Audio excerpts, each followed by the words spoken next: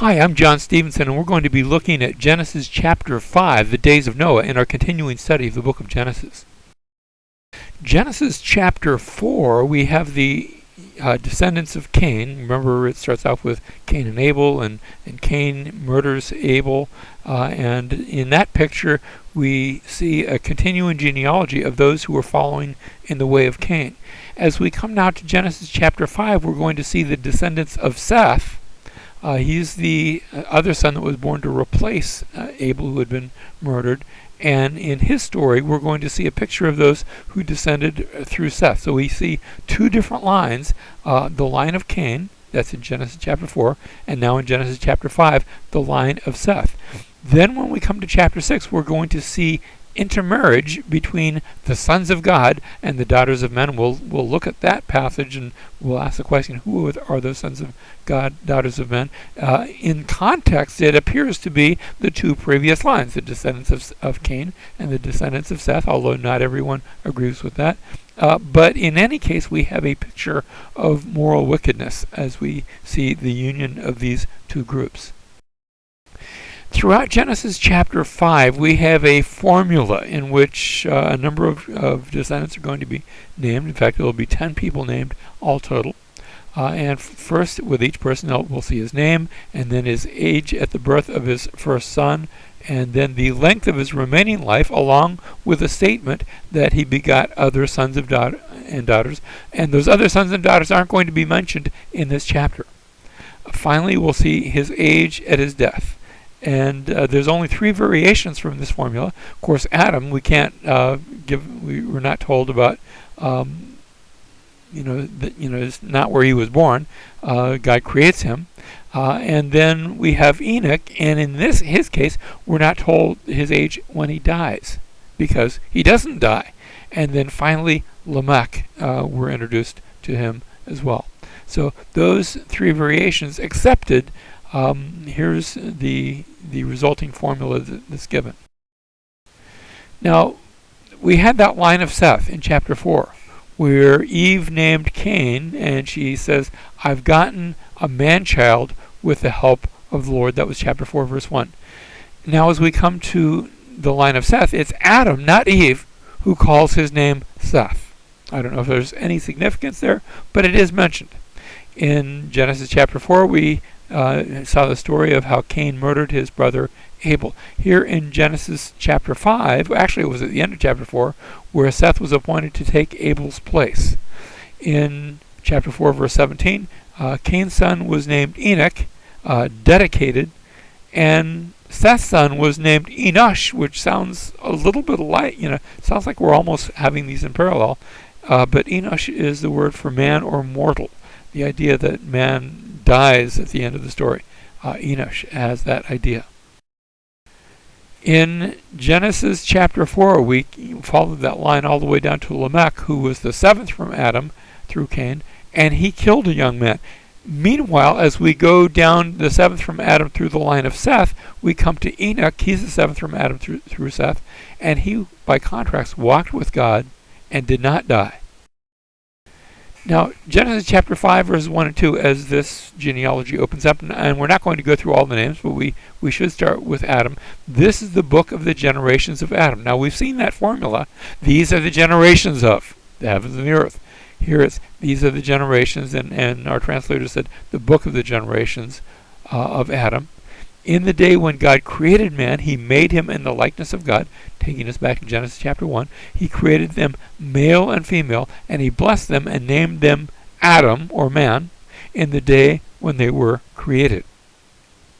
So we saw Adam in verse 1, but then Adam, the exact same word, means man, but it can be the name of the person, or it can be mankind who is being created.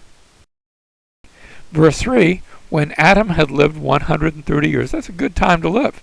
But that's not the end of his life. He became the father of a son in his own likeness, according to his image, named him Seth. We're not told how long between the creation of Adam and the birth of Cain and Abel, but Seth comes in when Adam has already been around 130 years. Then the days of Adam after he became the father of Seth were 800 years, That's a good long time. And he had other sons and daughters. So all the days that Adam lived were 930 years, and he died. Now, the age of humanity, when we look at just add up all the begats. James Ussher, he was a priest living back in the late 1500s, early 1600s. He reckoned a chronology that he just added all those back up, and he, in his notes, said creation took place October 23rd. I'm not sure how he came up with that. 4004 BC. That's if there were no gaps in that genealogy. However, there's a contradiction there, because we have records, written records, that take us back to an earlier date than that. And so that brings a real problem when we compare ancient written records with Ussher's chronology. Now, Ussher's chronology assumes that there's no gaps in the genealogy, that each begat leads to the next one, and that there's never any gaps in there. And we know, at least in other genealogies, for example, in the genealogy of Matthew chapter 1, that is not the case. What we have there in Matthew chapter 1 is a stylized genealogy that is 3 groups of 14, and then the point is made that there's 3 groups of 14, and in order to get those 3 groups of 14, and the reason they're doing 14 is because the name David, if you just add up the letters of the Hebrew, remember they use letters instead of numbers. They didn't use our Arabic numeral system. If you add up the numerical equivalent of the name David, you got 14. And so there's a little word play that's going on with like a numbers game. Similar to when preachers sometimes will preach a sermon, and every point of the sermon maybe starts with a specific letter of the alphabet, like the letter C. Consider this and change this and whatever. It's something the preachers do, and it's also something that Hebrew writers did in the ancient world. So I have a stylized genealogy in Matthew chapter 1. It also appears to me, at least, that I have a similar stylized genealogy, 2 of them in Genesis chapter 5, and also again in Genesis chapter 11. So we begin here in Genesis chapter 5 with Adam, and we go 10 generations all the way down to Noah, who has 3 sons. Now I get to Genesis chapter 11, and I begin with Noah, and again I go 10 generations down to Terah, and Terah has 3 sons. So that's 2 genealogies that are presented in parallel, and that means that doesn't mean that they could not have had exactly 10 generations. It's entirely possible that was the case, but it's stylized.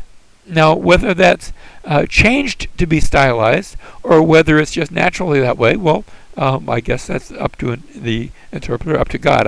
I wasn't there. I can't really say for certain. But the number 10 in the Pentateuch is very important, because remember there's 10 plagues and there's 10 commandments, and somebody counted one time 10 items in the tabernacle. So that's a very important number. If we just, again, looking at the genealogy and not reading any gaps, and I'm borrowing this chart from Morris and Whitcomb's book, The Genesis Flood. They have some good things in there. They needed a rewrite and gave it one. But notice, this is one intriguing idea, that the average age that we see at a person's death from Adam all the way to Noah is around 900 years. Now we've got one fellow that he dies in his younger years. He's 700 and something, and Enoch doesn't die. Enoch walks with God, so we put that figure on there. But notice after Noah, we have a sudden and drastic lowering of the average lifespan until by the end of those genealogies, it's down in the hundreds, in the low 100s instead of up in the 900s. Now, Genesis chapter 5, verse 27, we get to Enoch, and Enoch lived 65 years and became the father of Methuselah. Methuselah, if we look at all those 900 average, he's going to be the very oldest. But then Enoch walked with God 300 years after he became the father of Methuselah, and he had other sons and daughters.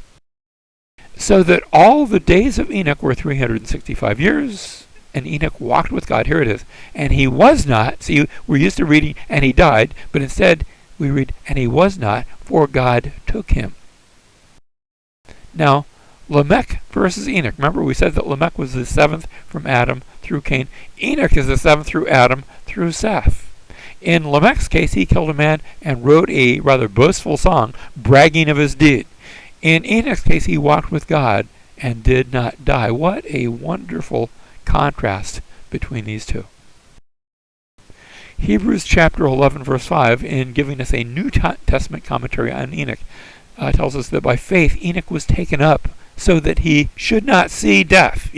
We understood that passage rightly. And he was not found because God took him up, for he obtained the witness that before his being taken up, he was pleasing to God. And his pleasingness to God was by faith. Now, we're given another insight in the book of Jude, that very short book at almost the very end of the Bible. Book of Jude mentions Enoch, and it talks about how about these also. Enoch in the seventh generation from Adam prophesied, saying, and here's the prophecy that Enoch gave in his day: behold, the Lord came with many thousands of his holy ones to execute judgment upon all and to convict all of the ungodly of all their ungodly deeds which they have done in an ungodly way, and of all the harsh things which ungodly sinners have spoken against him. Enoch was speaking about ungodliness, and in his prophecy, Enoch spoke about how God was coming with many thousands of his holy ones. A prophecy to which we are still looking in the future. Now we come to the end of this chapter, Genesis 5:28 and 29, where we get to Lamech, and he lived 182 years and became the father of a son. And now he called his name, and here's the last name in that segment of the genealogy, he called his name Noah, saying this Noah in the Hebrew, this one will give us Noach, or Nacham actually is the Hebrew word for rest, but notice how they sort of look alike. It's a play on words. Noah, whose name sort of points to that rest, will give us rest from our work and from the toil of our hands arising from the ground which the Lord God had cursed. And in that, Noah is going to be a picture of the one who gives us eventual rest. He's a picture of Jesus, who did the work on our behalf so that we can enter into a permanent rest through him.